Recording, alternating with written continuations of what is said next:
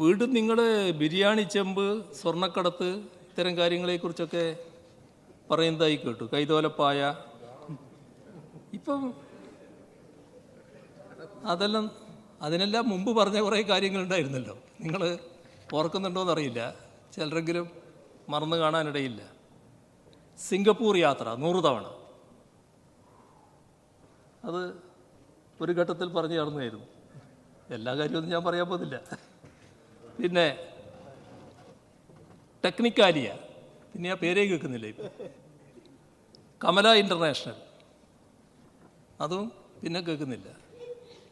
പിന്നെ കൊട്ടാരം പോലുള്ള വീട്, അതിന് സാക്ഷ്യപത്രമായിട്ടൊരു വീടും അവതരിപ്പിച്ചു, അത് ഓർക്കുന്നില്ലേ?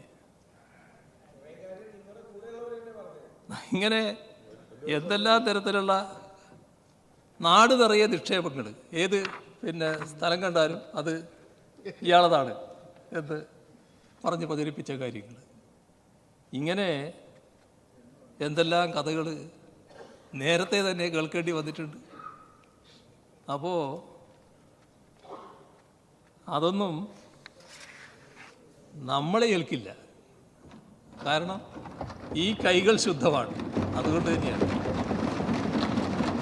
നേരത്തെ ഭാര്യയെക്കുറിച്ചായിരുന്നു, ഇപ്പം മെല്ലെ മകളിലേക്ക് എത്തിയിട്ടുണ്ട്. കാണേണ്ട കാര്യം എന്താണെന്നറിയോ? മകള് ബാംഗ്ലൂരിൽ കമ്പനി തുടങ്ങാൻ പോകുന്നത് എൻ്റെ ഭാര്യ, അവളുടെ അമ്മ, റിട്ടയർ ചെയ്ത് കിട്ടിയ കാശ് അത് ബാങ്കിൽ നിന്ന് എടുത്ത് കൊടുക്കുകയാണ്. നീ പോയിട്ട് നിൻ്റേതായ കമ്പനി തുടങ്ങും, സ്വന്തമായിട്ട് ചെറിയ കമ്പനി തുടങ്ങിയാൽ മതി എന്ന് പറഞ്ഞിട്ട് തുടങ്ങുകയാണ്. അപ്പോൾ അതിൽ നിന്ന് വന്നതുകൊണ്ട് തന്നെ ഇങ്ങനെയുള്ള കാര്യങ്ങളൊന്നും കേൾക്കുമ്പോൾ എനിക്കൊരു മാനസിക കുലുക്കവും ഉണ്ടാവില്ല. ഞാൻ പരസ്യമായിട്ടൊരു യോഗത്തിൽ പറഞ്ഞല്ലോ, മനസ്സമാധാനമാണ് പ്രധാനം. നിങ്ങൾ മനസ്സമാധാനത്തിന് നിരക്കുന്ന കാര്യങ്ങൾ മാത്രമേ ചെയ്യാവൂ. തെറ്റ് ചെയ്തെങ്കിൽ മനസ്സമാധാനം ഉണ്ടാവില്ല. ബാക്കിയെല്ലാം കേൾക്കുമ്പോഴും, തെറ്റായ കാര്യങ്ങൾ നമ്മളെക്കുറിച്ച് പറയുന്നത് കേൾക്കുമ്പോഴും ഉള്ളാലെ ചിരിച്ചുകൊണ്ടത് കേൾക്കാൻ പറ്റും. ആ ഉള്ളാലെ ചിരിച്ചുകൊണ്ട് കേൾക്കാൻ പറ്റുന്ന മാനസികാവസ്ഥയിലാണ് ഞാൻ. ഒന്നും എന്നെ യേശില്ല. യേശാത്തത് ഇതുകൊണ്ട് തന്നെയാണ്. അതൊരു അഹംഭാവം പറച്ചിലൊന്നുമല്ല. ഈ കൈകൾ ശുദ്ധമാണ്, അതുകൊണ്ട് തന്നെയാണ്.